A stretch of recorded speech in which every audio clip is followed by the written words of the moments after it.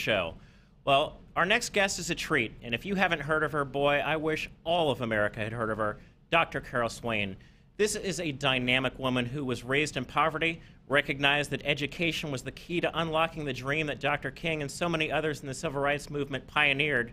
She went on to get her undergraduate degree from Virginia Tech, a Yale law degree, and ultimately a PhD in political science from the University of North Carolina at Chapel Hill. She now teaches law at Vanderbilt, Vandy down there, of course, a great law school, and I was honored to sit next to her a couple of months back on the Fox News channel when Sean Hannity had a very serious and very good discussion on race and politics in America today. Dr. Carol, thank you, and welcome to the Steve Malzberg Show. It's my pleasure. Thank you for that introduction. Oh, absolutely.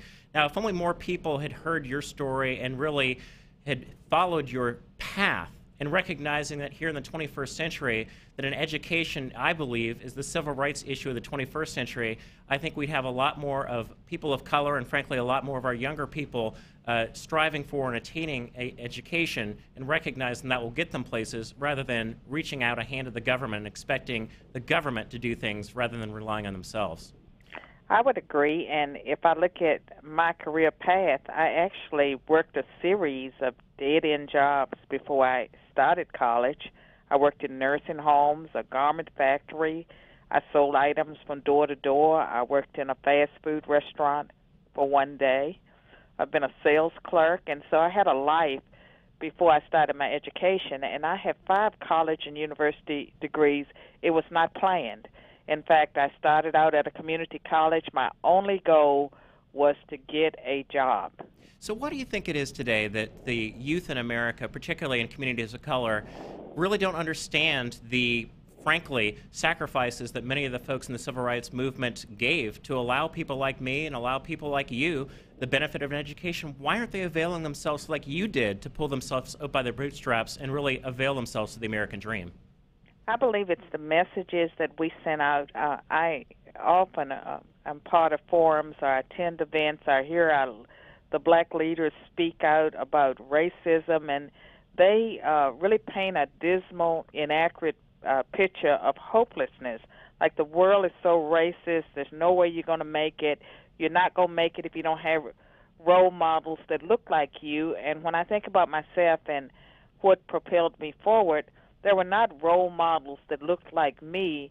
I did what I felt that I had to do, and one of the things that, again, my motivation was to get a well-paying job. Doors opened up. People steered me in the direction that led to me, eventually becoming a university professor. I didn't start out saying, oh, I'm going to be a university professor. It's probably the last profession I would have chosen. And finally, we have just about a minute to go. What message would you give to our young people today? What message would you say, if you follow these steps, if you follow my example, you can achieve the goal that you've set for yourself, but what really message would you give them to go down that path? Don't believe the messages that are coming from the civil rights leadership about hopelessness. I think that people, if you have a desire in your heart, you should pursue that. Doors will open up for you, and people will come alongside with you.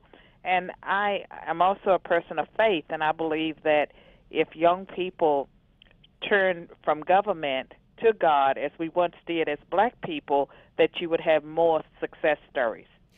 Could not have said that any better. I only wish more Americans heard your voice, and I know in the days to come, more Americans will hear your voice because you were such an inspiration, and you really have given such a vibrant path for so many folks to follow. Dr. Carol Swain, thank you so much for joining us here on the Steve Malzberg Show. Thank you. Bye. Bye-bye now.